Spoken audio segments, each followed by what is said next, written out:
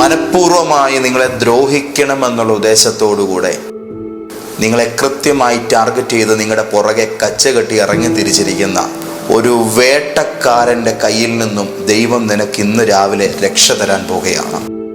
Bible പറയുന്നു, അവൻ നിന്നെ വേട്ടക്കാരൻ്റെ കണിയിൽ നിന്നും നാശകരമായ മഹാമാരിയിൽ നിന്നും വിടുവിക്കും.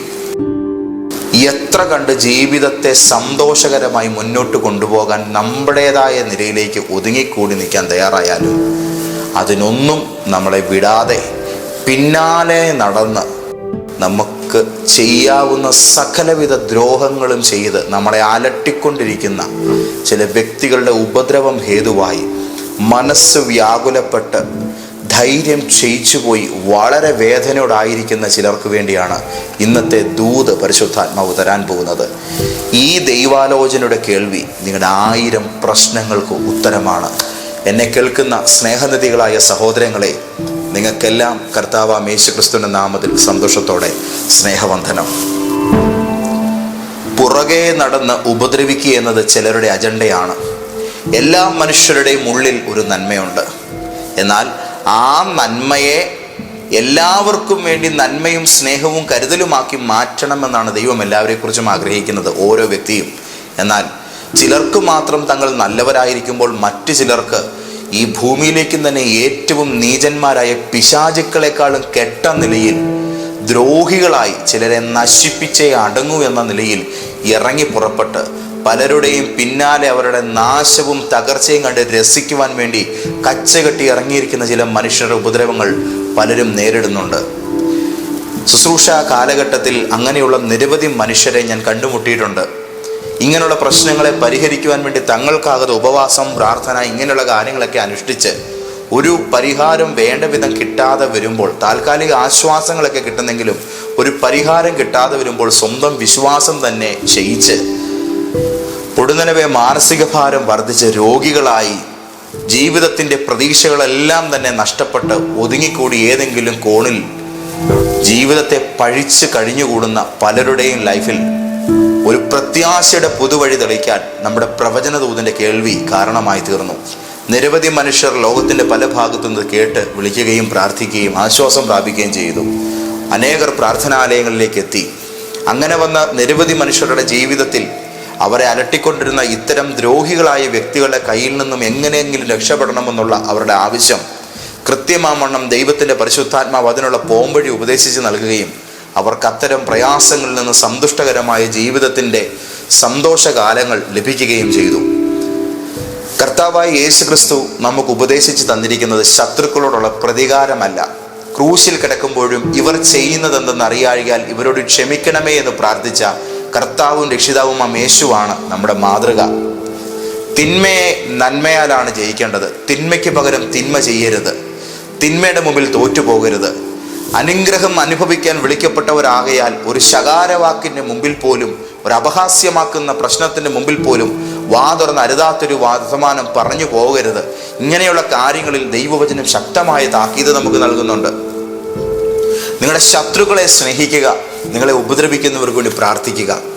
അങ്ങനെയുള്ളതായ നിരവധി ആത്മീക ഉപദേശങ്ങളുടെ ഒരു സാഗരമായി ദൈവവചനം നമുക്ക് നന്മയുടെ ലോകത്തിൻ്റെ പ്രകാശം ചൊരിഞ്ഞു നിൽക്കുമ്പോൾ ഈ ജീവിതം അനുവർത്തിക്കുന്ന ഇത്തരം ഉപദേശങ്ങളിൽ മുന്നോട്ട് പോകുന്ന നമുക്ക് ദ്രോഹം ചെയ്യാനായി ഇറങ്ങി പുറപ്പെടുന്നവരോ എങ്ങനെ ക്രിസ്തുവിലെ പ്രത്യാശയിൽ അധിഷ്ഠിതമായും ദൈവവചനാനുസൃതമായും അവരുടെ ദ്രോഹങ്ങളിൽ നിന്നും എങ്ങനെയാണ് ഒരു ദൈവ പൈതൽ രക്ഷപ്പെടേണ്ടതെന്നത് പലരും ഉപദേശിച്ചു കൊടുക്കുന്നില്ല. ഇന്ന് എൻ്റെ വാക്ക് കേൾക്കുന്ന നിങ്ങളോട് ഇത് സംബന്ധിച്ച് ചില രഹസ്യങ്ങൾ പങ്കുവെക്കുവാനാണ് ദൈവത്തിൻ്റെ പരിശുദ്ധാത്മാവ് എനിക്ക് നിയോഗം തരുന്നത്. ആയതിനാൽ ഇന്നത്തെ ഈ ദൂത് ആ കാര്യത്തിലേക്കാണ് നമ്മളെ കൈപിടിച്ച് നടത്താൻ പോകുന്നത്. ആദ്യമേ പ്രതിപാദിച്ചതുപോലെ ദൈവത്തിൻ്റെ വചനം നമ്മളോട് പറയുന്നു, അവൻ നിന്നെ വേട്ടക്കാരൻ്റെ കെണിയിൽ നിന്ന് വിടുവിക്കും. വേട്ടക്കിറങ്ങുന്ന മനുഷ്യൻ വെക്കുന്നതൊക്കെയും കെണികളാണ്. കെണി എന്തെന്നറിയാതെ ചെന്ന് വീഴുന്ന ഇരകളെ അയാൾ കശാപ്പ് ചെയ്യും.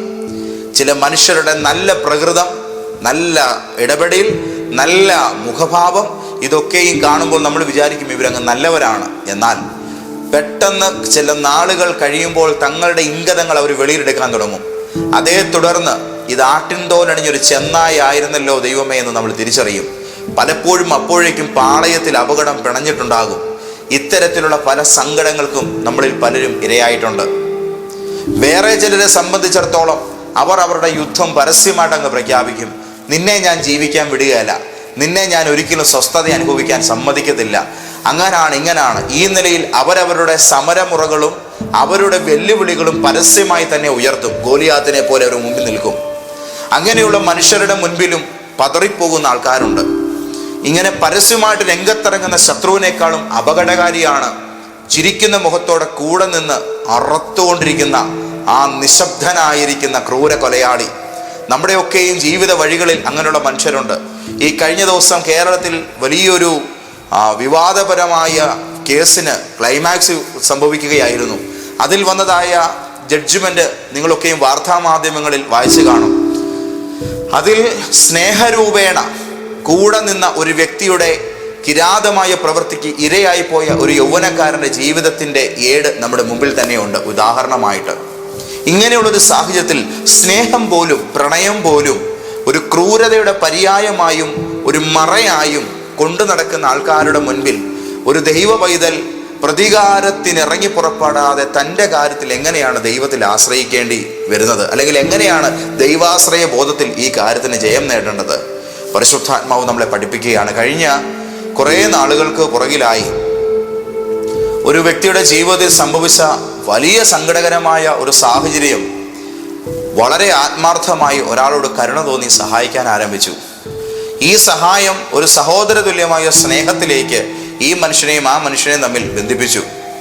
ഒരനിയനെ പോലെയും ഇയാളൊരു ചേട്ടനെ പോലെയും അങ്ങായി തീർന്നു. ഇങ്ങനെ നടക്കുന്ന വഴിയിൽ കുറേ ദിവസങ്ങൾ കഴിഞ്ഞപ്പോൾ സഹായങ്ങൾ വാങ്ങുന്നയാൾ ചില ഡിമാൻഡുകൾ മുന്നോട്ട് വെക്കുകയാണ്. എനിക്ക് ഇന്ന പോലൊരു കാര്യം നേടണം, എനിക്ക് ഈ കാര്യത്തിന് വേണ്ടി അങ്ങനെ ഒന്ന് സഹായിക്കണം. അയ്യോ, അത്തരം കാര്യങ്ങൾ എനിക്ക് ചെയ്യാനാവുകയില്ല എന്ന് പറഞ്ഞപ്പോൾ, ഇത്രയും കാലം നിങ്ങൾ എന്നെ ചൂഷണം ചെയ്യുകയായിരുന്നെന്നും എൻ്റെ കുടുംബത്തിലെ ഒരു സ്ത്രീയെ ദുരുപയോഗപ്പെടുത്തുകയായിരുന്നുമെന്ന നിലയിൽ ഞാൻ സമൂഹത്തോട് നിങ്ങളെക്കുറിച്ച് തെറ്റായ കാര്യങ്ങൾ വിളിച്ചു പറഞ്ഞ് നിങ്ങൾക്ക് സൊസൈറ്റിയിലുള്ള നല്ല അഡ്രസ്സ് ഞാൻ ഇല്ലാതാക്കി കളയുമെന്ന് അയാൾ ഭീഷണിപ്പെടുത്തി. ഒരു ദ്രോഹം പോലും ചെയ്യാതെ നിസ്സഹായനായി കിടന്ന് കഷ്ടപ്പെടുന്ന ഒരു വ്യക്തിയെ സഹായിച്ചതിൻ്റെ പേരിൽ ക്രൂശിക്കപ്പെടുകയാണല്ലോ കർത്താവേ എന്ന് ചിന്തിച്ച് ഇനി ഞാൻ ആരെയും ഈ ജന്മത്തിൽ ഹെൽപ്പ് ചെയ്യത്തില്ലെന്നുള്ള തീരുമാനത്തിലേക്ക് ആ മനുഷ്യനെത്തി. അങ്ങനെ നിരാശയോടും വേദനയോടും കൂടെ ആരോടും പറയാൻ വയ്യാതെ ഈ സങ്കടവുമായി താൻ മുന്നോട്ട് പോകുമ്പോഴാണ് പ്രാർത്ഥിക്കാനായിട്ട് എത്തുന്നത്. അന്ന് ആ മനുഷ്യനോട് ഞാൻ പറഞ്ഞു, എനിക്ക് 21 ദിവസം സമയം നിങ്ങൾ തരണം. ആ 21 ദിവസം സമയത്തിനോടകം ഞാൻ പറയുന്നൊരു പ്രാർത്ഥനാ രീതി നിങ്ങൾ അവലംബിക്കണം. ഈ പ്രാർത്ഥനയിലൂടെ നിങ്ങൾക്ക് വിടുതൽ കിട്ടും. ആദ്യമായി പരിശുദ്ധാത്മാവ് പകർന്നു നൽകിയ ആ ആത്മീക ശുശ്രൂഷയുടെ രഹസ്യ വഴി ഞാൻ ഇയാൾക്ക് ഉപദേശിച്ചു കൊടുത്തു. അത്ഭുതമെന്ന് പറയട്ടെ, ആ 21 ദിവസം തികയുന്നതിന് മുൻപ് തന്നെ ആ മനുഷ്യൻ്റെ ഉപദ്രവത്തിൽ നിന്നും ഈ സാധു മനുഷ്യന് രക്ഷപ്പെടാൻ കഴിഞ്ഞു.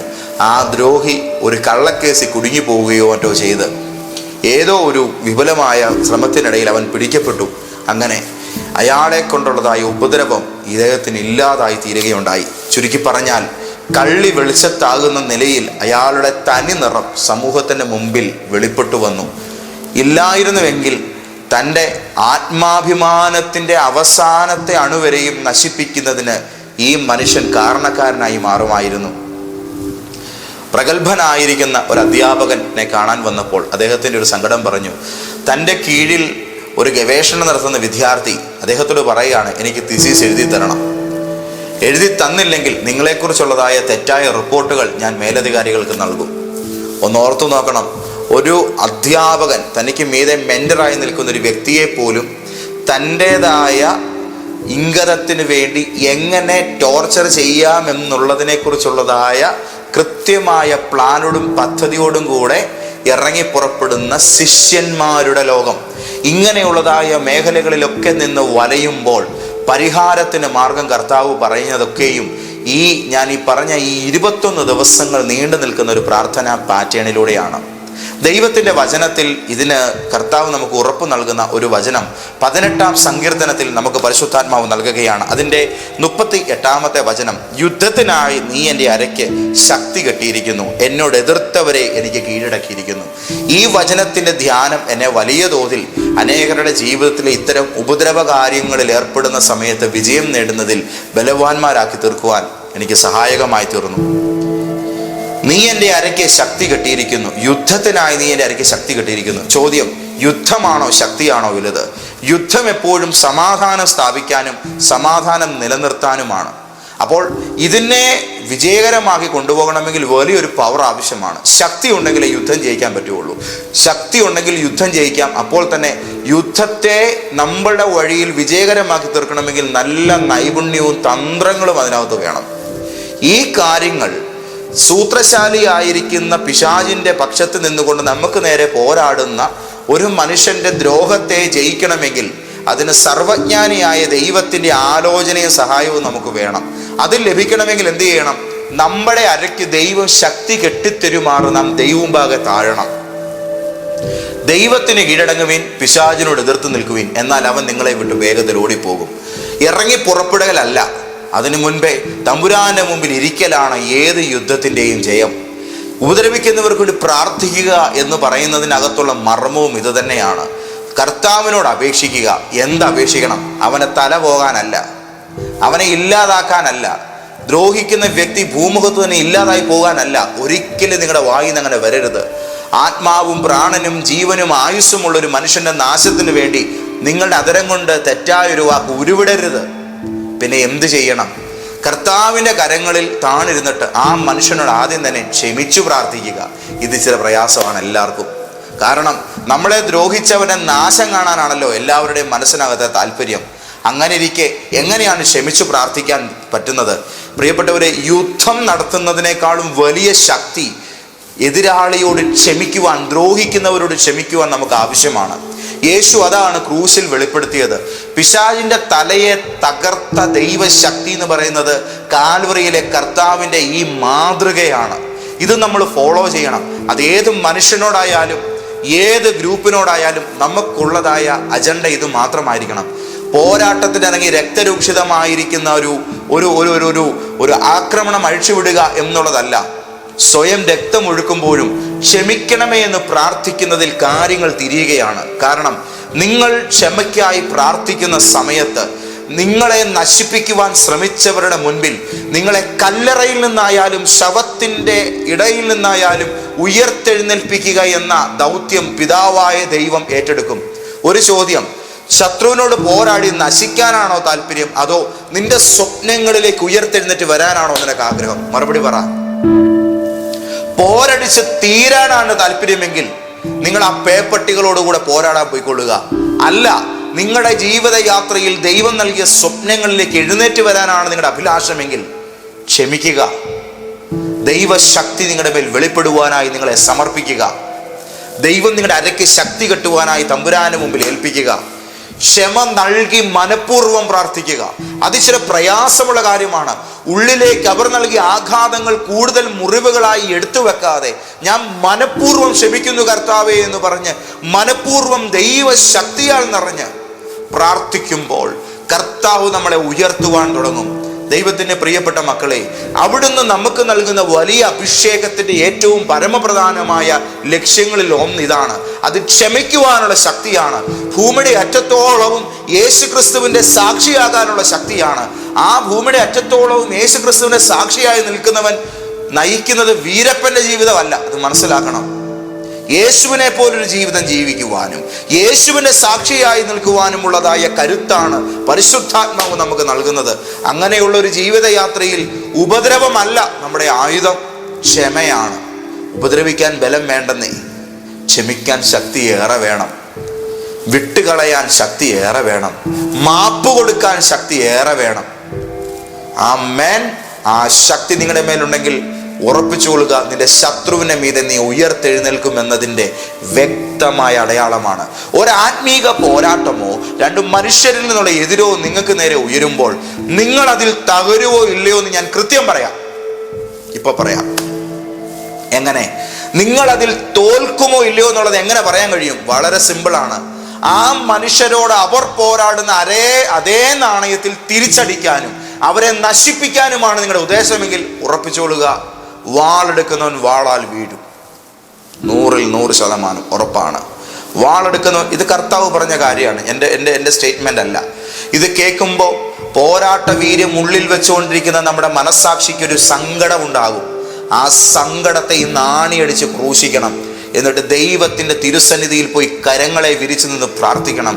കർത്താവേ, എനിക്ക് തെറ്റുപറ്റിപ്പോയി, എൻ്റെ ഉയർച്ചയുടെ തടസ്സം ഞാൻ തിരിച്ചറിയുന്നു, ഞാൻ ക്ഷമിക്കാൻ തയ്യാറാണ്, ഞാൻ പൊറുക്കാൻ തയ്യാറാണ്, എൻ്റെ ശത്രുക്കൾക്ക് മാപ്പ് നൽകാൻ ഞാൻ തയ്യാറാണ്, എന്നെ ഉപദ്രവിക്കുന്നവരോട് അത് വിട്ടുകളയാൻ ഞാൻ തയ്യാറാണ്. ഇത് കർത്താവിൻ്റെ സന്നിധിയിൽ സമ്മതിക്കണം. ഇത് നിങ്ങൾ ഏറ്റുപറയുന്ന സമയം നിങ്ങളുടെ മുമ്പിൽ ഒരു പാമ്പ് തല തല്ലി ചാകുകയായിരിക്കും. അത് നിങ്ങളെ കൊത്താനായി പത്തി വിരിച്ചു നിൽക്കുന്ന വലിയൊരു സാധാരണ പദ്ധതിയാണ്. നിങ്ങൾ അതിൻ്റെ മീതെ കാലൂന്നി നിന്നുകൊണ്ട് അതിൻ്റെ പത്തിയെ നിങ്ങളുടെ കാൽക്കീഴിൽ ചവിട്ടി ഞെരിച്ചു കളയുന്ന ഒരു പ്രവൃത്തിയാണ് ഈ പ്രാർത്ഥന നിങ്ങൾ ദൈവസന്നിധിയിൽ ആരംഭിക്കുമ്പോൾ നിങ്ങൾ ചെയ്യുന്നത്. ജീസസ്, ഒന്നാമത്തെ കാര്യം മാപ്പ് നൽകുക എന്നുള്ളതാണ്. രണ്ടാമത്തെ കാര്യം, ആ വ്യക്തി ചെയ്തിരിക്കുന്ന എല്ലാ ദ്രോഹങ്ങളെയും നിങ്ങളൊരു പേപ്പറിൽ എഴുതുക. അയാളുടെ പേരും കാര്യങ്ങളെല്ലാം എഴുതുക. വിശുദ്ധ തിരുവചനത്തിൽ ഒരു വ്യക്തിക്കെതിരെ സംഹാര പ്രാർത്ഥനകൾ പ്രാർത്ഥിക്കുന്ന നിരവധി ദൈവവചനങ്ങളുണ്ട്. അതിലൊന്നുപോലും ഉപയോഗിച്ചേക്കരുത്. ആമേൻ.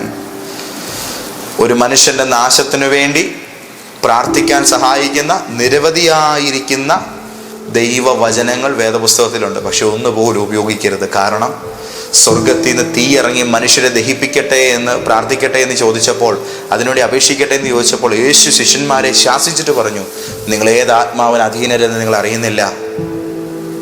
അതല്ല ചെയ്യേണ്ടത്. അവരെ സംഹരിക്കുകയല്ല നമ്മുടെ ലക്ഷ്യം, അവരെ കൊന്നുകളയല്ല, അവരുടെ ശവോടൊക്കെ കാണുമ്പോൾ ചിരിക്കലല്ല നമ്മുടെ ലക്ഷ്യം. കുറേ ദിവസങ്ങൾക്ക് പുറകിൽ ഒരാളുടെ വാക്കുകൾ വളരെ വിചിത്രമായിട്ട് എനിക്ക് തോന്നി. ആ മനുഷ്യൻ എന്നോട് പറഞ്ഞു, എനിക്ക് നേരെ ഒരാളൊരു ദോഷം ചെയ്തപ്പോൾ ഞാൻ ഇച്ചിരി മണ്ണെടുത്ത് കൈ പിടിച്ചിട്ട് എൻ്റെ നെഞ്ചത്തടിച്ചിട്ട് ഞാൻ പറഞ്ഞു, ആ മനുഷ്യൻ്റെ നാശം എനിക്കൊന്ന് കാണണേ പാസ്റ്ററെ. ഇത്ര ദിവസം കഴിഞ്ഞപ്പോൾ ആ വ്യക്തി മരിച്ചുപോയി. എന്നോട് പറഞ്ഞ കാര്യമാണ്. ഞാൻ വളരെ വേദനയോടെ അത് കേട്ടിരുന്നത്. അത് കഴിഞ്ഞപ്പോൾ അടുത്തയാൾ അതുപോലെ മരണപ്പെട്ട കാര്യം പറഞ്ഞു. ഏതാണ്ട് 3-4 മനുഷ്യരുടെ അന്ത്യം തൻ്റെ വായിലെ നാവുകൊണ്ട് സംഭവിച്ചതിനെക്കുറിച്ച് ആ മനുഷ്യൻ എന്നോട് പറഞ്ഞു. ഞാനും വൈഫും ഇത് കേട്ടുകൊണ്ടിരിക്കുകയാണ്. വേറെ 1-2 ശുശ്രൂഷകരുണ്ട്. അവിടെ വെച്ച് ഇങ്ങനെ പറയുന്ന ആ മാത്രയിൽ അബദ്ധവശാലെന്നോ മറ്റോ അവരുടെ വായിൽ നിന്ന് വീണു പോയതാണ്. പക്ഷേ ആ വാഗ്ദോരണിയുടെ പുറകിലുണ്ടായിരുന്ന അപകടം എത്ര വലുതാണെന്ന് ഞാൻ തിരിച്ചറിഞ്ഞു. എൻ്റെ ദൈവമേ, എത്ര വലിയൊരു വിപത്താണ്. മൂഢാനീ വിതയ്ക്കുന്നത് തന്നെ കൊയ്യും. ചില മനുഷ്യർ ദ്രോഹകരമായ നിലയിൽ ചില പ്രവൃത്തികൾ മറ്റുള്ളവർക്ക് നേരെ ചെയ്യേണ്ടി വരുമ്പോൾ ആഭിചാരകരെ കാണും. ഏറ്റവും മാരണ കർമ്മങ്ങൾ ചെയ്യുന്നവരെ പോയി ആശ്രയിക്കും. ഏറ്റവും അധമ കർമ്മങ്ങളിലൂടെ ഒരു വ്യക്തിയെ ഇല്ലായ്മപ്പെടുത്തുന്ന ദുഷ്ടകർമ്മങ്ങൾക്ക് അവർ പണം മുടക്കും. എന്നിട്ട് മൃഗങ്ങളെ അറുത്തും പലവിധമായ ആചാരങ്ങളിലൂടെ അവർക്ക് നേരെ ചില അസൈൻമെൻറ്റുകൾ അവർ ഡിസൈൻ ചെയ്യും. നിങ്ങളോട് ഞാൻ ചോദിക്കുകയാണ്, നിങ്ങൾ അപ്രകാരം ദ്രോഹം ചെയ്ത ഒരു കുടുംബത്തിൽ ഒരു അംഗം മരിച്ചു എന്ന് കരുതുക. ആ മനുഷ്യൻ്റെ ഭാര്യയും കുഞ്ഞുങ്ങളും അവർ ദൈവസന്നിധിയിൽ കിടന്ന് നിലവിളിക്കും. ആ നിലവിളി ദൈവം കേൾക്കും. തെറ്റ് ചെയ്തവൻ്റെ പ്രവൃത്തിയുടെ പരിണിത ഫലം നിശ്ചയമായും അയാളുമായി ചേർന്ന് നിൽക്കുന്നവർ അനുഭവിക്കേണ്ടി വരും, സത്യം തന്നെ. പക്ഷേ അയാൾ ചെയ്ത പ്രവൃത്തിയുടെ പരിണിത ഫലത്തേക്കാൾ വലിയ നിലവിളി അവർ ദൈവസന്നിധിയിൽ തമ്പുരാനോട് നിലവിളിക്കാൻ കാരണമാകുന്നത് ഒരുപക്ഷെ നിങ്ങൾ ചെയ്യുന്ന ഈ അശുദ്ധ കർമ്മമായിരിക്കാം. ഇത്തരം കാര്യങ്ങളൊക്കെയും ഫലിക്കും. ദൈവവചനത്തിൽ അതിന് വ്യക്തമായ തെളിവുകളുണ്ട്. എന്നാൽ ഞാൻ വളരെ വ്യക്തമായി പറയട്ടെ, നമ്മൾ വെളിച്ചത്തിൻ്റെ മക്കളാണ്. ഇരുട്ടിൻ്റെ അത്തരത്തിലുള്ള നിഷ്ഫല പ്രവൃത്തികളോട് കൂട്ടാളികളാകരുത്. അതിനെ ഗൂഢമായി ശാസിക്കുകയത്രേ വേണ്ടത്. പ്രതികാരം നമുക്കുള്ളതല്ല, മാപ്പ് നൽകലാണ് ഇനിയുള്ള മനുഷ്യ ജാതിയുടെ ലക്ഷ്യം. അന്യോന്യം കലഹങ്ങളും വാളുകളും എടുപ്പിക്കലല്ല ഇനിയുള്ള കാലഘട്ടം. പണ്ട് ദൈവത്തോടുള്ള കൂറ് കാണിക്കാൻ മോശ ഒരു വാളെടുപ്പിച്ചു. യേശു ഗെത്സമനിൽ വെച്ച് ആ വാൾ തിരികെ ഉറയിലിടിപ്പിച്ചു. പത്രോസേ, നിന്റെ വാൾ ഉറയിലിടുക എന്ന് പറഞ്ഞു. ദൈവത്തിൻ്റെ പക്ഷത്ത് ഞങ്ങൾ നിൽക്കുന്നു എന്നുള്ളതിൻ്റെ അടയാളമായിട്ടാണ് ലേവി ഗോത്രം പണ്ട് വാളെടുത്തത്. പക്ഷേ യേശു ആ വാൾ തിരിച്ചു വെപ്പിക്കുക ചെയ്തത്, നിങ്ങളുടെ കൈകളിൽ നിങ്ങൾ എടുത്ത് വെച്ചിരിക്കുന്ന എല്ലാ ദ്രോഹത്തിൻ്റെ ആയുധങ്ങളെയും താഴെ വെക്കുക. നിങ്ങൾക്കത് മുന്നോട്ട് കൊണ്ടുപോകാൻ അനുവാദമില്ല. ഈ ജീവിതം ദൈവം നിനക്ക് നൽകിയ ദാനമാണ്. ഈ ലൈഫ് കഴിഞ്ഞ് മരണാനന്തരം ഒരു ജീവിതമുണ്ട്. അവിടെ നീ ഇതിനെല്ലാം കണക്ക് പറയേണ്ടതായിട്ട് വരും. ശരീരത്തിലിരിക്കുമ്പോൾ നീ ചെയ്തത് നല്ലതാകിലും തീയതാകിലും അതിന് തക്കവണ്ണം പ്രാപിക്കാൻ യേശുക്രിസ്തുവിന്റെ ന്യായാസനത്തിന് മുമ്പാകെ ദൈവപൈതലെ നീ പോയി നിൽക്കേണ്ടി വരും. നിന്റെ ജീവിതത്തിൽ ഒരിക്കലും നീ കറ പുരളുവാൻ അനുവദിക്കരുത്. ആരെയും ദ്രോഹിക്കരുത്, ആരെയും ശപിക്കരുത്, ആരുടെയും നാശത്തിനായി പ്രാർത്ഥിക്കരുത്. നമ്മൾ മറ്റുള്ളവർക്ക് നന്മ ചെയ്യുവാൻ വേണ്ടി വിളിക്കപ്പെട്ടവരാണ്. വെളിച്ചത്തിൻ്റെ ഫലം സൃഷ്ടിക്കുവാൻ, നന്മയുടെ സൽപ്രവൃത്തികളുടെ ലോകം രചിക്കുവാനാണ് യേശു നമ്മളെ വിളിച്ചിരിക്കുന്നത്. ആയതിനാൽ ഒരു കാരണവശാലും മറ്റൊരു മനുഷ്യന് നേരെ തിരുവഴുത്തിലെ പോലും ഒരു നാശത്തിൻ്റെ വാക്കെടുത്ത് അവർക്ക് നേരെ പ്രയോഗിക്കുവാൻ നിങ്ങളുടെ വായി നിങ്ങൾ ഉപയോഗിക്കരുത്. ബൈബിളിലെ ഓരോ വചനത്തിനും ഓരോ കോണ്ടെക്സ്റ്റ് ഉണ്ട്. യുദ്ധത്തിന് ആഹ്വാനം ചെയ്തിരിക്കുന്ന വചനങ്ങൾ പഴയ നിയമത്തിലുണ്ട്. പക്ഷേ പുതുനിയമത്തിൻ്റെ ധാരയിലേക്ക് കയറുമ്പോൾ മനുഷ്യൻ മറന്നു കളഞ്ഞ മനുഷ്യത്വത്തിൻ്റെയും കരുണയുടെയും അന്തസ്സത്തെയാണ് യേശു ഉയർത്തിക്കൊണ്ടുവരുന്നത്. സ്നേഹിക്കുക എന്ന് പറയുന്ന കാര്യമാണ് കർത്താവ് അവിടെ മുഖ്യധാരയിലേക്ക് എത്തിക്കുന്നത്. ആയതിനാൽ പ്രതിരോധങ്ങൾ ഒരിക്കലും ആയുധങ്ങൾ കൊണ്ടാകരുത്. നമ്മുടെ ജീവിതത്തിൽ മാപ്പായിരിക്കണം നമ്മുടെ ഏറ്റവും വലിയ ആയുധം. ക്ഷമയായിരിക്കട്ടെ നമ്മുടെ ഏറ്റവും വലിയ ആയുധം. അതിനേക്കാൾ മൂർച്ചയുള്ളതും അതിനേക്കാൾ പവർഫുള്ളായതും ഈ ലോകത്തിൽ വേറെ ഒന്നും തന്നെ ഇല്ല. നിങ്ങൾക്കത് ചെയ്യുവാൻ സാധിക്കട്ടെ. കർത്താവ് നിങ്ങളെ നോക്കുന്നുണ്ട്. സൽഗുണപൂർണരായി തീരുവീൻ. സ്വർഗസ്ഥ പിതാവ് തന്നെ മക്കളെന്ന നിലയിൽ നിങ്ങളെ താലോലിക്കട്ടെ. സമാധാനം ഉണ്ടാക്കുന്നവർ ഭാഗ്യവാന്മാർ, അവർ ദൈവത്തിൻ്റെ പുത്രന്മാർ എന്ന് വിളിക്കപ്പെടും. ദൈവവചനം അത് നമ്മളോട് പറയുന്നു. നോക്കൂ, ദൈവസന്നിധിയിൽ നമ്മളെ ദ്രോഹിക്കുന്നവർക്ക് ഒന്നാമത് മാപ്പ് നൽകുക. രണ്ടാമത് അവർ ചെയ്ത ദ്രോഹങ്ങളെല്ലാം ഒന്ന് എഴുതുക. ഓരോന്നും ദൈവസന്നിധിയിൽ പറഞ്ഞിട്ട്, ഒരുപക്ഷെ ആ വ്യക്തി നിങ്ങളുടെ നാശത്തിനായി ഇന്ന കാര്യങ്ങൾ ചെയ്തതിൻ്റെ ലിസ്റ്റ് നിങ്ങളുടെ കയ്യിൽ ഇരിക്കുകയാണ്. ഓരോന്നും വായിച്ച ശേഷം ഇങ്ങനെ പറയണം: നസ്രയനായ യേശു ക്രിസ്തുവിൻ്റെ നാമത്തിൽ ഈ പ്രവൃത്തിയാൽ ഉണ്ടായിരിക്കുന്ന എല്ലാ പരിണിത ഫലങ്ങളും, ഇതിനാൽ ഉളവായ എല്ലാ സങ്കടങ്ങളും പ്രതികാര വാഞ്ചയും ഈ പ്രപഞ്ചത്തിൻ്റെ അവസാനത്തെ അണുവിൽ നിന്നും നശിച്ചു പോകട്ടെ എന്ന് പറഞ്ഞു പ്രാർത്ഥിക്കണം. ഞാൻ ആ മനുഷ്യന് മാപ്പ് നൽകുന്നു. തന്നിമിത്തം ഇയാളെ എനിക്ക് നേരെ ഉയർത്തിവിട്ട പിശാചിൻ്റെ ഈ ദൗത്യത്തെ ഭൂമണ്ഡലത്തിൽ നിന്നും പ്രപഞ്ചത്തിൻ്റെ അവസാനത്തെ അണുവിൽ നിന്നും ഞാൻ ഇല്ലാതാക്കുന്നു എന്ന് പറഞ്ഞ് പ്രാർത്ഥിക്കണം. കർത്താവായ യേശു പറഞ്ഞു, നിങ്ങൾ ഭൂമിയിൽ അഴിക്കുന്നത് സ്വർഗത്തിലും അഴിക്കപ്പെടും. അപ്പോൾ ഒരു മനുഷ്യനെ നമ്മുടെ നേരെ ദ്രോഹത്തിനായിട്ട് പിശാച് എഴുന്നേൽപ്പിച്ചിട്ട് ആ വ്യക്തിയിലൂടെ നമുക്ക് നേരെ അവൻ അഴിച്ചുവിടുന്ന ഒരു തന്ത്രം, നമ്മൾ ആ വെട്ടിൽ വീഴരുത്, അവൻ്റെ കുടുക്കിൽ വീഴരുത്, ആ തന്ത്രത്തിൽ വീഴരുത്. പകരം ആ ആയുധത്തെ നിർവീര്യമാക്കി കളയുക. ബോംബുകൾ നിർവീര്യമാക്കുന്ന ഒരു ഗ്രൂപ്പുണ്ട്, നിങ്ങൾക്കറിയാമല്ലോ. ഇന്ത്യൻ മിലിറ്ററിയിലുണ്ട്, പോലീസ് സേനകളിലുണ്ട്. ഒരു ദേശത്ത് ഒരു സ്ഫോടനത്തിന് തീവ്രവാദികൾ അല്ലെങ്കിൽ ദേശവിരുദ്ധർ പദ്ധതിയിടുമ്പോൾ അതിനെക്കുറിച്ച് അറിവ് കിട്ടുമ്പോൾ ആ ആൾക്കാർ അവിടെ ചെന്നിട്ട് അവരത് ഡിഫ്യൂസ് ചെയ്ത് കളയും. 100% നിർവീര്യമാക്കുക നിമിത്തം അനേകരുടെ ജീവനാണ് രക്ഷിക്കപ്പെടുന്നത്, അനേകരുടെ പ്രാണനെയാണ് സംരക്ഷിക്കുന്നത്, ഒരു ദേശത്തിൻ്റെ സന്തുലിത അവസ്ഥയെ നിലനിർത്തുകയാണ്. ദൈവത്തിൻ്റെ പ്രിയപ്പെട്ട മക്കളെ, നിങ്ങൾക്ക് നേരെ അവർ ചെയ്തിരിക്കുന്ന ഓരോ കാര്യങ്ങളെയും കൃത്യമായി അക്കമിട്ട് പറഞ്ഞ ശേഷം, ഇത് പ്രപഞ്ചത്തിൻ്റെ അവസാനത്തെ അണുവിൽ നിന്നും ഈ പിശാചിൻ്റെ തന്ത്രം ക്ഷയിച്ചു പോകട്ടെ, നശിച്ചു പോകട്ടെ. ഇതിനാൽ ഇപ്പോൾ എൻ്റെ ജീവിതത്തിൽ ഉണ്ടായിരിക്കുന്ന പരിണിത ഫലങ്ങൾ പെട്ടെന്ന് കെട്ടുപോകുന്ന അഗ്നി പോലെ അണഞ്ഞു പോകട്ടെ എന്ന് തന്നെ പറഞ്ഞ് പ്രാർത്ഥിക്കണം.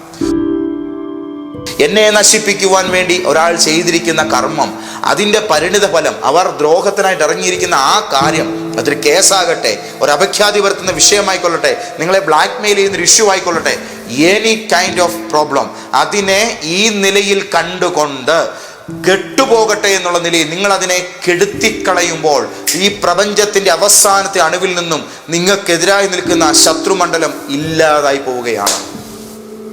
Praise the Lord. ദൈവമക്കളെ, ആദ്യത്തെ 7 ദിവസം ഇങ്ങനെ പ്രാർത്ഥിക്കുക. 8-ാം ദിവസം എത്തുമ്പോൾ ദൈവസന്നിധിയിൽ നെടുമ്പാട് വീഴുക. ദൈവസന്നിധിയിൽ നെടുമ്പാട് വീഴുക എന്ന് പറഞ്ഞാൽ കമിഴ്ന്ന് കിടന്ന് കർത്താവിനോട് കരഞ്ഞപേക്ഷിക്കണം. ഇനി എനിക്കിതിനകത്ത് മുന്നോട്ടേക്ക് ജയം മാത്രമേ നൽകാവേ. ആ മനുഷ്യനെ ഞാൻ മറന്നിരിക്കുന്നു, പക്ഷെ അയാളിലൂടെ ഉൽപ്പാദിതമായിരിക്കുന്ന ഈ കെടുതിയുടെ കടന്നലുകൾ ഈ പ്രപഞ്ചത്തിൻ്റെ പല ഭാഗങ്ങളിൽ പറന്നു നടക്കുന്നു. ഓരോന്നിൻ്റെയും ചിറകരിഞ്ഞ് ഇപ്പോൾ അതിനെ ഇല്ലായ്മപ്പെടുത്തുവാൻ സ്വർഗസ്ഥ പിതാവിന് അധികാരമുള്ളതാകയാൽ ദൈവപിതാവേ, ഇനിയും എനിക്ക് നേരെ ആ ദ്രോഹം പ്രചരിക്കരുതേ, അതിൻ്റെ ഇരയായി ഞാൻ മാറരുതേ എന്നുള്ള നിലയിൽ തമ്പുരാനോട് ആത്മാർത്ഥമായി അപേക്ഷിക്കുക. നിങ്ങളുടെ ജീവിതത്തിൽ നിങ്ങൾ രാവിലെയും വൈകിട്ടും ഒരു കുടുംബ പ്രാർത്ഥന ചെയ്യുന്നയാളായിരിക്കാം.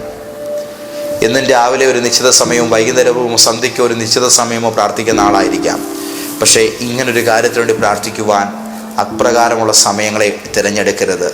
പകരം നിങ്ങളുടെ ജീവിതത്തിൽ നിങ്ങൾക്ക് ഏറ്റവും കൺവീനിയൻ്റ് ആയിട്ടുള്ള ഒരു 20 മിനിറ്റ് സമയം നിങ്ങളുടെ ലൈഫിൽ പ്രത്യേകമായി മാറ്റിവെക്കുക.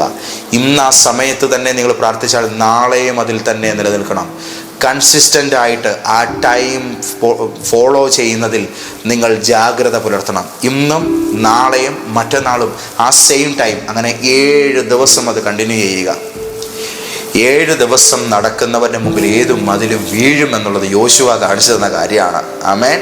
ദൈവം യോശുവയുടെ കാലത്ത് അത് തെളിയിച്ചിട്ടുണ്ട്. അങ്ങനെയാണെങ്കിൽ 7-ാം പൊക്കം ഈ വിഷയം തീരും. അന്ന് ദൈവസന്നിധിയിൽ 8-ാം നാൾ നിങ്ങൾ നെടുമ്പാട് വീണ് പ്രാർത്ഥിക്കുക. ഈ ആദ്യത്തെ 8 ദിവസത്തിനകം ഒരു റിസൾട്ട് വ്യക്തമായി കാണുകയോ കേൾക്കുകയോ ചെയ്തില്ലെങ്കിൽ നെക്സ്റ്റ് 3 ഡേയ്സ് 9, 10, 11 ദിവസങ്ങൾ ഇത് തന്നെ ആവർത്തിക്കുക. 12-ാം പൊക്കം ദൈവസന്നിധിയിൽ പിന്നെയും കണ്ണുനീരോടെ ഒരിക്കൽ കൂടെ അപേക്ഷിക്കുക. ഈ 12 ദിവസത്തിൻ്റെ പാറ്റേൺ കഴിഞ്ഞു കഴിഞ്ഞാൽ 13 മുതലുള്ളതായ പിന്നെയുള്ള അടുത്ത 7 ദിവസങ്ങൾ പിന്നെയും ദൈവസന്നിധിയിൽ ഇതേ കാര്യം ഒരിക്കൽ കൂടെ ആവർത്തിക്കുക. ഈ കാര്യം ചെയ്തു തീരുന്നതോടുകൂടെ 21-ാം ദിവസം എന്ന് പറയുന്നത് നിങ്ങളുടെ മുമ്പിൽ വരുന്നത് ഒരു സന്തോഷ വാർത്തയുമായിട്ടായിരിക്കും. നിങ്ങൾ ആരുടെ നേരെയും പ്രതികാരം ചെയ്തില്ല, നിങ്ങൾ ആർക്ക് നേരെയും ശാപങ്ങൾ ഉരുവിട്ടില്ല, നിങ്ങൾ ആരെയും നശിപ്പിക്കാൻ വേണ്ടി പ്രാർത്ഥിച്ചില്ല, നിങ്ങൾ ആരുടെയും അവസാനം കാണാൻ കൊതിച്ചില്ല. ദൈവപിതാവിൻ്റെ കരങ്ങളിൽ നിങ്ങളുടെ വിഷയങ്ങളെ സമർപ്പിച്ച് കണ്ണുനീരോടെ നിങ്ങൾ അപേക്ഷിച്ചു. പകരം ആ വ്യക്തിയോട് നിങ്ങൾ ക്ഷമിച്ചു. അയാൾ ചെയ്ത പ്രശ്നങ്ങളുടെ റിസൾട്ടുകൾ നമുക്ക് ദോഷമായി തീരാതെ വണ്ണം ഈ പ്രപഞ്ചത്തിൻ്റെ എല്ലാ കോണിൽ നിന്നും കെട്ടടങ്ങി പോകട്ടെ എന്നാണ് നാം പ്രാർത്ഥിച്ചത്. ആ പ്രാർത്ഥനയുടെ മറുപടിയുമായി ദൂതൻ നിങ്ങളുടെ ജീവിതത്തിൽ ഇറങ്ങുന്നത് നിങ്ങൾ കാണും. അടുത്ത ദിവസങ്ങൾ മുതൽ നിങ്ങളുടെ ജീവിതത്തിൽ നിങ്ങളെ ദ്രോഹിക്കുന്ന വ്യക്തികളെ നിങ്ങൾ നോക്കുമ്പോൾ പകയുണ്ടാകരുത്, പിണക്കമുണ്ടാകരുത്. നിങ്ങളോട് ഒരു വിധത്തിലും ദ്രോഹം ചെയ്യാത്തൊരു മനുഷ്യനെ പോലെ എന്ന നിലയിൽ ആ വ്യക്തിയെ നിങ്ങളുടെ മനസ്സിൽ കാണാൻ ശ്രമിച്ചു തുടങ്ങുക. കാരണം നമ്മൾ ആരംഭിക്കുന്നത് ക്ഷമയുടെ ജീവിതമാണ്. ക്രിസ്തു കാണിച്ച മാതൃകയാണ്. ഇത് ചെയ്യുന്നവനെ ദൈവം ഉയർത്തും. 100% ക്രൂശിൽ ഇങ്ങനെ പ്രാർത്ഥിക്കുന്ന ദൈവപുത്രൻ അരിമത്യയിലെ ജോസഫിൻ്റെ കല്ലറയിൽ നിന്ന് എഴുന്നേറ്റ് വന്നിരിക്കും. അത് ദൈവത്തിൻ്റെ നീതിയാണ്. തൻ്റെ ശക്തി കൊണ്ട് ദൈവം നിങ്ങളുടെ അരമുറുക്കും. എങ്ങനെയാണ് അരമുറുക്കുന്നത്? എന്തിനാണ് അരമുറുക്കുന്നത്? മനുഷ്യൻ്റെ ജീവിതത്തിൽ തൻ്റെ ശക്തിയാൽ ദൈവം അരമുറുക്കുമെന്ന് പറയുന്നതിൻ്റെ പ്രധാനപ്പെട്ട കാരണം നേരെ നിൽക്കണം എന്നത് ദൈവം നമ്മളെക്കുറിച്ച് ആഗ്രഹിക്കുന്നു. ശത്രുവിനോട് പോരാടുന്ന ആ ദൗത്യത്തിൽ നമ്മുടെ മുൻപിൽ എതിർത്തവരെ ദൈവം നമുക്ക് കീഴടക്കുന്നത് നമ്മളെ ശക്തരാക്കിക്കൊണ്ടാണ്. നമ്മളെ ശക്തരാക്കുവാൻ തക്കവിധം ദൈവകരങ്ങളിൽ നാം സമർപ്പിക്കുമ്പോൾ ക്ഷമിക്കാനുള്ള ശക്തി, പ്രാർത്ഥിക്കാനുള്ള ശക്തി, നല്ല സ്വപ്നങ്ങളിലേക്ക് ഇതൊന്നും വകവെക്കാതെ കയറിപ്പോകാനുള്ള ശക്തി, പറന്നുയരാനുള്ള ശക്തി ഇത് നമുക്ക് കിട്ടും. ഈ ശക്തി ദൈവം നമ്മുടെ ജീവിതത്തിലേക്ക് പകരും. ചില അധമ കർമ്മങ്ങൾ നിമിത്തം ചില മനുഷ്യർ ശയ്യാവലംബികളായി കട്ടിലൊക്കെ തളർന്നു പോകാറുണ്ട്. നിന്നെ അങ്ങനെ തളർത്തിയിടണമെന്ന് ചിലർക്ക് ആഗ്രഹവും കാണും. എന്നാൽ കേട്ടുകൊള്ളുക, നിന്റെ സമ്പത്ത് തകർന്നു പോകാതെ, നിന്റെ കുടുംബജീവിതം തകർന്നു പോകാതെ, നിന്റെ പ്രസ്ഥാനങ്ങൾ മുടിഞ്ഞു പോകാതെ, നിന്റെ ബിസിനസ്സുകൾ ഫ്ലോപ്പാകാതെ, നിന്റെ മിനിസ്ട്രി ബന്ധിക്കപ്പെട്ടു പോകാതെ, എന്തിനേറെ നിന്റെ ഫിസിക്കൽ ബോഡി തന്നെ തളർന്നു പോകാതെ അത് ആരോഗ്യത്തോടെ നിൽക്കേണ്ടതിനും നിന്നെ തളർത്തിയിടാൻ വേണ്ടി വന്നിരിക്കുന്ന പല ദുഷ്ടശക്തികളും നിന്റെ ശരീരത്തെ തൊടാതിരിക്കേണ്ടതിനും ദൈവം തൻ്റെ സകല ശക്തിയാലും നിന്റെ അരയെ ബലപ്പെടുത്തും. നിങ്ങളെ പവർഫുള്ളാക്കി മാറ്റും. ഒരു പുതുനിയമത്തിലെ ദൈവ പൈതലിൻ്റെ അരയെ ദൈവം കെട്ടി ഉറപ്പിക്കുന്നത് സത്യത്തിൻ്റെ അരപ്പട്ട കൊണ്ടാണ്. അരയ്ക്ക് സത്യമാണ് കിട്ടുന്നത്. എന്താണ് സത്യം? ആത്യന്തികമായ സത്യം ക്രിസ്തുയേശുവാണ്. യേശു പറഞ്ഞു, ഞാനാണ് വഴി, ഞാനാണ് സത്യം. അപ്പോൾ പിശാചാരാണ്? അവൻ വ്യാജമാണ്, അവൻ കള്ളത്തരങ്ങളുടെ പിതാവാണ്. എന്നാൽ യേശു ആരാണ്? അവിടുന്ന് യാഥാർത്ഥ സത്യമാണ്. ക്രൂശിൽ യേശു എന്താണ് ചെയ്തത്? ഇതാണ് മാതൃക. യേശു എന്താണ് പഠിപ്പിച്ചത് അതാണ് പിൻപറ്റേണ്ടത്. യേശു എന്ത് ചെയ്യാനാണ് നമ്മളോട് പറഞ്ഞിരിക്കുന്നത് അതാണ് നമ്മുടെ ശക്തി. അതിന് വിപരീതമായതെല്ലാം വ്യാജമാണ്. അത് നമ്മൾക്ക് ജയം തരികയില്ല. നമുക്ക് ഉറച്ചു നിൽക്കാൻ അത് നമ്മളെ പ്രാപ്തരാക്കുകയില്ല. അരയ്ക്കും നിങ്ങൾ ഈ സത്യത്തിൻ്റെ അരപ്പട്ട കെട്ടിയാൽ നിങ്ങൾ മറ്റുള്ളവരുടെ മുമ്പിൽ അവഹേളിക്കപ്പെടാതെ നഗ്നരാകാതെ നിലനിൽക്കും. മാന്യതയോടുകൂടെ നിങ്ങൾ നിലനിൽക്കും. നിങ്ങളെ വീഴിക്കാൻ ശ്രമിക്കുന്ന ദുഷ്ടശക്തികൾക്ക് നിങ്ങളുടെ കാല് പറിക്കാൻ പറ്റത്തില്ല. നിങ്ങളുടെ നടു തളർന്നാലല്ലേ നിങ്ങളുടെ കാല് തളരുകയുള്ളൂ. അരയ്ക്ക് ശക്തി ദൈവം കെട്ടിത്തന്നാൽ നിങ്ങൾ മുന്നോട്ടേക്ക് തന്നെ പോകും. എതിർക്കുന്നവരെ നിങ്ങൾക്ക് കീഴാക്കി തരുന്ന ഒരു ദൈവത്തിൻ്റെ ശക്തമായ പ്രവൃത്തി കർത്താവിൻ്റെ മക്കളെ നിങ്ങളുടെ ജീവിതത്തോടു കൂടെ ഇരിക്കുന്നു. അപ്പോൾ ഒരു 20 മിനിറ്റ് എന്നും മാറ്റിവെക്കുക. മാപ്പ് നൽകി പ്രാർത്ഥിക്കുക. അവർ ചെയ്തതായ ദ്രോഹങ്ങളെ കാണുക. ഓരോ വിഷയങ്ങളെയും എടുത്തിട്ട് ഈ പ്രപഞ്ചത്തിൻ്റെ ഓരോ അണുവിൽ നിന്നും എനിക്ക് നേരെ ഇവർ ചെയ്തിരിക്കുന്ന ഈ ദോഷകർമ്മത്തിൻ്റെ പരിണിത ഫലങ്ങളെ അതിൻ്റെ അവസാനത്തെ അണുവിൽ നിന്നും ഞാൻ ഇല്ലാതാക്കുന്നു എന്ന നിലയിൽ പ്രാർത്ഥിക്കുക. ഒരുപക്ഷെ നിങ്ങളുടെ നേരെ ഏതെങ്കിലും ഇലക്ട്രോണിക് ഡിവൈസുകളിലുള്ളതായ തെളിവുകൾ പലരും കണ്ടെത്തി വെച്ചിട്ടുണ്ടാകാം. നിങ്ങളുടെ നഗ്ന വീഡിയോകൾ ചിലരുടെ കയ്യിലുണ്ടാകാം. ഇങ്ങനെയുള്ളതായ വിഷയങ്ങളൊക്കെ ഉണ്ട് പലരുടെയും ജീവിതത്തിൽ. നിങ്ങൾക്കെതിരെയുള്ളതായ പല വിധത്തിലുള്ള ആരോപണങ്ങൾ അത് വെച്ച് നിങ്ങളെ ബ്ലാക്ക്മെയിൽ ചെയ്യുന്നുണ്ടാകാം. ഇങ്ങനെയുള്ളതായ പ്രാർത്ഥനകൾ ഈ പ്രപഞ്ചത്തിൻ്റെ പല കോണുകളിൽ നിന്ന് നിങ്ങൾ സ്വർഗത്തിലേക്ക് അയക്കുമ്പോൾ, ദൈവത്തിൻ്റെ ദൂതന്മാർ ഈ പ്രാർത്ഥനയുടെ മറുപടിയുമായി ഇറങ്ങുമ്പോൾ, അങ്ങനെയുള്ളതായ ഉപകരണങ്ങളടക്കം അത് നിർവീര്യമാവുകയും അതിനകത്തെ ഡേറ്റകൾ ഒരിക്കലും റീസ്റ്റോർ ചെയ്യാൻ കഴിയാതെ റൈസായി പോവുകയും ആ വ്യക്തികൾക്ക് അതിലൊന്നും ശ്രദ്ധിക്കാൻ കഴിയാതെ അവർ വേറെ കാര്യങ്ങൾ എൻഗേജഡായി പോവുകയും നിങ്ങളുടെ ജീവിതത്തിൽ നിന്ന് അവർ മെല്ലെ ഒഴുകിപ്പോകുന്ന ഒരു പാഴ്വസ്തു പോലെ, എന്നേക്കുമായി പെരുവെള്ളത്തിൽ ഒരു പാഴ്തടി ഒഴുകിപ്പോകുന്നത് പോലെ നിങ്ങളുടെ കൺവെട്ടത്തുനിന്ന് അവർ എന്നേക്കുമായി അവരുടെ ഉദ്യമങ്ങളിൽ അവർ വേറെ വഴിക്ക് പോവുകയും ചെയ്യും. ചെല്ലാതെ വണ്ണം നിന്നെ ഇനിയും നിനക്ക് നേരെ ഗുണമാകട്ടെ ദോഷമാകട്ടെ ചിന്തിക്കുക പോലും അരുതെന്നുള്ള നിലയിൽ നിന്നെ ഫോളോ ചെയ്യുന്ന ചില നീച മനുഷ്യർക്ക് ദൈവം കർശനമായ താക്കീത് നൽകും. കർത്താവിൻ്റെ മക്കളെ, പേടിക്കേണ്ട. ഈ ദിവസങ്ങളിൽ നിങ്ങൾക്ക് നേരിടുന്നതായ ഈ പ്രശ്നങ്ങൾ നിന്നെ തകർക്കാനല്ല, ഒന്നുകൂടെ നിന്നെ പ്രാർത്ഥനയിൽ ബലവാനാക്കാനാണ്. അല്പം കൂടെ ക്ഷമയുടെ ശക്തി നിന്നെ പഠിപ്പിക്കാനാണ്. ക്രിസ്തുയേശു കാണിച്ചു തന്ന ആത്മീക മാതൃകയിൽ നിന്നെ ഒരു തികഞ്ഞ ദൈവപൈതലാക്കി തീർക്കാനാണ്. നിന്റെ ആത്മാവിൻ്റെ വിജയത്തിന് വേണ്ടിയാണിത്, ഒരിക്കലും നാശത്തിന് വേണ്ടിയല്ല.